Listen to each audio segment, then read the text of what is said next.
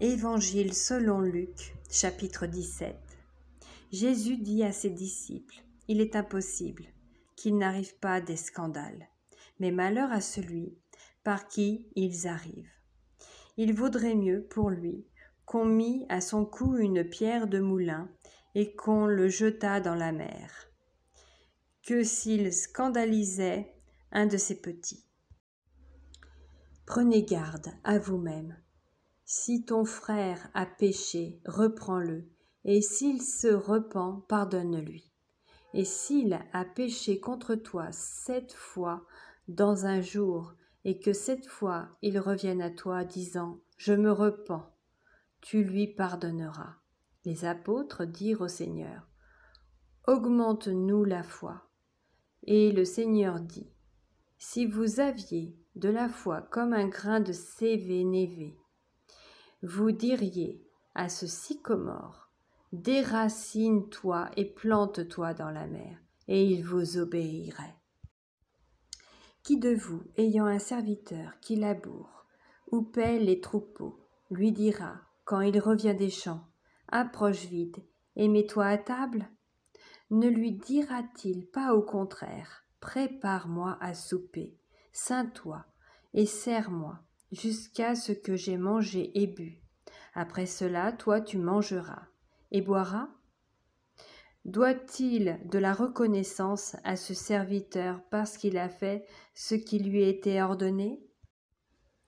Vous de même, quand vous avez fait tout ce qui vous a été ordonné, dites, nous sommes des serviteurs inutiles, nous avons fait ce que nous devions faire. Jésus, se rendant à Jérusalem, passait entre la Samarie et la Galilée.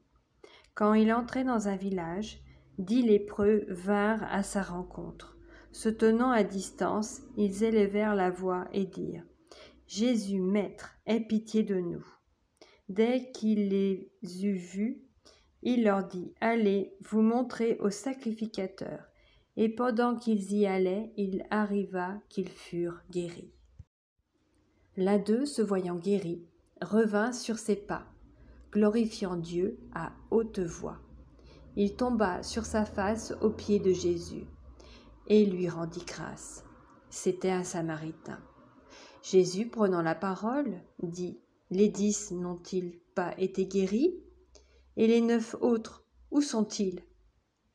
Ne s'est-il trouvé que cet étranger pour revenir et donner gloire à Dieu? » Puis il lui dit « Lève-toi, va, ta foi t'a sauvé. » Les pharisiens demandèrent à Jésus quand viendrait le royaume de Dieu. Il leur répondit « Le royaume de Dieu ne vient pas de manière à frapper les regards. On ne dira point « Il est ici » ou « Il est là », car voici le royaume de Dieu est au milieu de vous. Et il dit aux disciples « Des jours viendront où vous désirerez voir l'un des jours du Fils de l'homme, et vous ne le verrez point. On vous dira, il est ici, il est là, n'y allez pas, ne courez pas après, car comme l'éclair resplendit et brille d'une extrémité du ciel à l'autre, ainsi sera le Fils de l'homme en son jour. Mais il faut auparavant qu'il souffre beaucoup et qu'il soit rejeté par cette génération.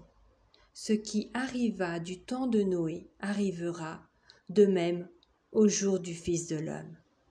Les hommes mangeaient, buvaient, se mariaient et mariaient leurs enfants, jusqu'au jour où Noé entra dans l'arche. Le déluge vint et les fit tous périr.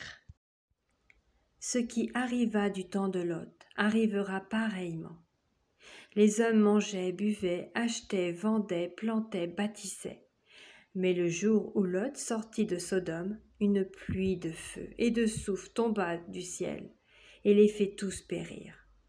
Il en sera de même le jour où le Fils de l'homme paraîtra.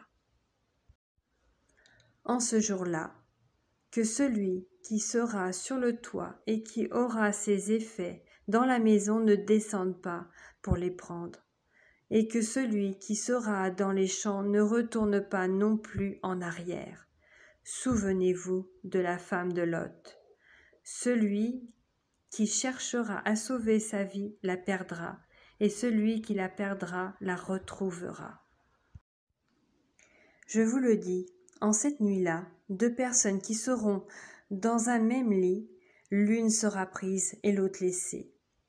2 femmes qui moudront ensemble, l'une sera prise et l'autre laissée. 2 hommes qui seront dans un champ, l'un sera pris et l'autre laissé. Les disciples lui dirent: Où sera-ce, Seigneur? Et il répondit: Où sera le corps? Là s'assembleront les aigles.